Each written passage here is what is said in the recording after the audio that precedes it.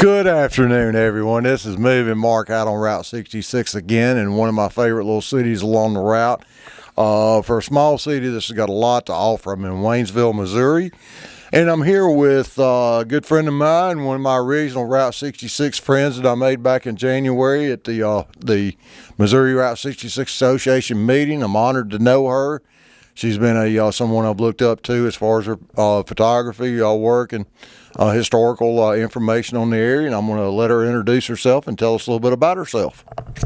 Well, hello. I am Jax Welborn, and I'm a photographer and an art gallery owner and a historian and a supporter of all things Route 66, especially Pulaski County.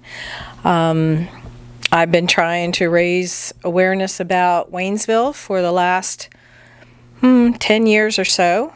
I've had this particular place, it's actually a counseling center, for 13 years now. And I learned that it was on Route 66 and started to promote the other businesses on Route 66 here. And a couple years ago, I opened up this souvenir shop and art gallery and have about 20 different artists here that I sell their work. It's definitely a nice stop along the way, and it's listed in several of the guides and some of the navigation apps that are available. And I'll have her give her contact information toward the end. As far as Route 66, what does Route 66 mean to you, and how did you become connected with Route 66? So it's changed. My perception of Route 66 has changed over the years. So I didn't grow up on 66. I didn't know about 66. I grew up in a whole different portion of the United States, and then I was a military brat, so we were all over the place. We got stationed at Fort Leonard Wood. I set up my business here, and the address is Historic 66. I was like, that's pretty interesting. So what's that about? And I learned about 66 from a business point of view, how I could leverage 66 to help a business, which didn't really matter for a mental health business. But I became involved with the business association in town, and I leveraged 66 to help promote the different businesses that we have here in town. Later, when I opened the gallery, it became important to me for my business here. And the reason I opened the gallery is because people were asking for places to stop on 66, and I was traveling to talk to tour groups, traveling to Lebanon or Rolla, and I would say, Waynesville is where you need to be. So now 66 means a huge community because I've met so many people. The people who come to visit me here are from all over the world. And so I would say the 66 community is not just 2,700 miles long, it's international. That's true. And I look forward to the international visitors coming every year to visit with me, and I look forward to visiting with other people on 66 as I travel about. Okay. Any particular people that you look up to out on Route 66 that have been, I guess, mentors or inspirations to you? Well, maybe some that aren't known for being on 66. So my mentors are Bob Phelan in Rolla 66. He's a photographer at the university there, and Mike Curtis, who's here in Waynesville on 66. He's a local city councilman and also the head photographer at Fort Leonard Wood.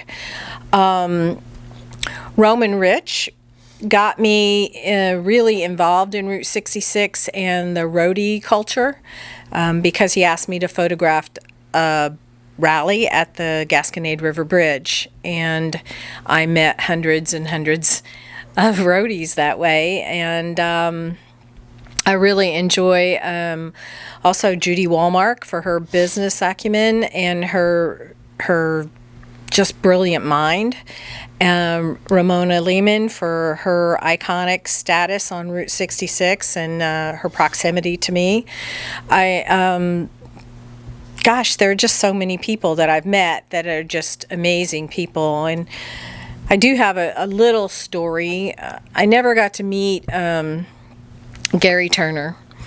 And one of the first events that I went to was his celebration of life. And I was there at Gay Parida in the midst of hundreds of roadies.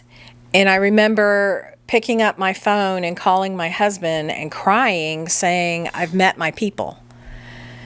And he was just really thrilled. But the people that I met that day were from all over the world. Were roadies who care a lot about Route 66, but who loved this one man so much that they would travel from whatever corner of the world they were at to be at a celebration of life. And that just struck me hard, you know, and I felt really welcomed, and I enjoyed that experience. I've had some similar experiences myself, as far as like with Ramona actually today coming out from the Munger Moss. It's a till you're involved with it, I don't think you can understand the connection and the spiritual nature of Route 66 and the family or the roadies that we have. Are you, from understanding, you're actually involved in a preservation project on something we're trying to save? Would you like to tell us a little bit about it? I don't know. What are you talking about? Preservation? I belong to the Pulaski County Route 66 Preservation Committee, and we're trying to preserve neon signs and make a neon sign park, which will be awesome once we get the money to do it. I have worked on John's Modern Cabins, which is near here, and I continue to go there and work to preserve the one remaining cabin and to keep the poison ivy at bay so visitors don't get attacked. And of course, the Route 66 Gasconade River Bridge. I've been working with that group since, of the Guardians, since 2014, trying to save that bridge. And so far, it's still standing. You mentioned the Gasconade River Bridge. I have a certain fondness for that bridge myself.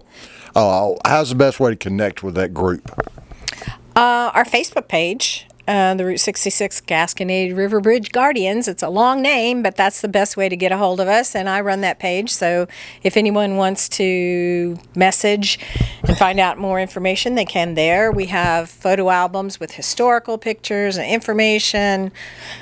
We'd be glad to have anybody who wants to help. If someone wants to contact you for your gallery, as far as social media or your other outlets for contacting you, how's the best way to do that, and where are you located? So I'm located in Waynesville at 107 Historic Route 66 East. It's right by the almost 100-year-old Ruby Doo Bridge. So you can meet me here on Fridays and Saturdays from 10 to 5, or by appointment if you'll call me at 573-528-1292. I'll be glad to open up just for you. Also, if you want to contact me, all of the social media platforms, I have a presence there. But you can always email picsbyjax, PICSBYJAX, @gmail.com. Well, fantastic. Do you have a specific Facebook group you would like to point them to? Well, I have several pages and several groups. So a group would be Main Street USA, Route 66, or Show Me Missouri, Route 66. Those are two groups that I run. And so there's a Get Your Pics on Route 66 souvenir shop page, and a Route 66 Community Art Gallery page, and a Pics by Jax page, and a Jax Welborn artist page. I'm just all over social media. Well, we have pages every direction going on here in Waynesville. Well, it's been an absolute pleasure to... Oh, I forgot. I entered... Waynesville Downtown is the best page. Fantastic. Jax, as always, is full of good information. Please check her out. She's got some amazing photography here in her shop and also online. And she's an amazing historian for this neck of the woods in Missouri on Route 66. It's always been a pleasure, and number one, to call her a friend and have the opportunity to stop and see her.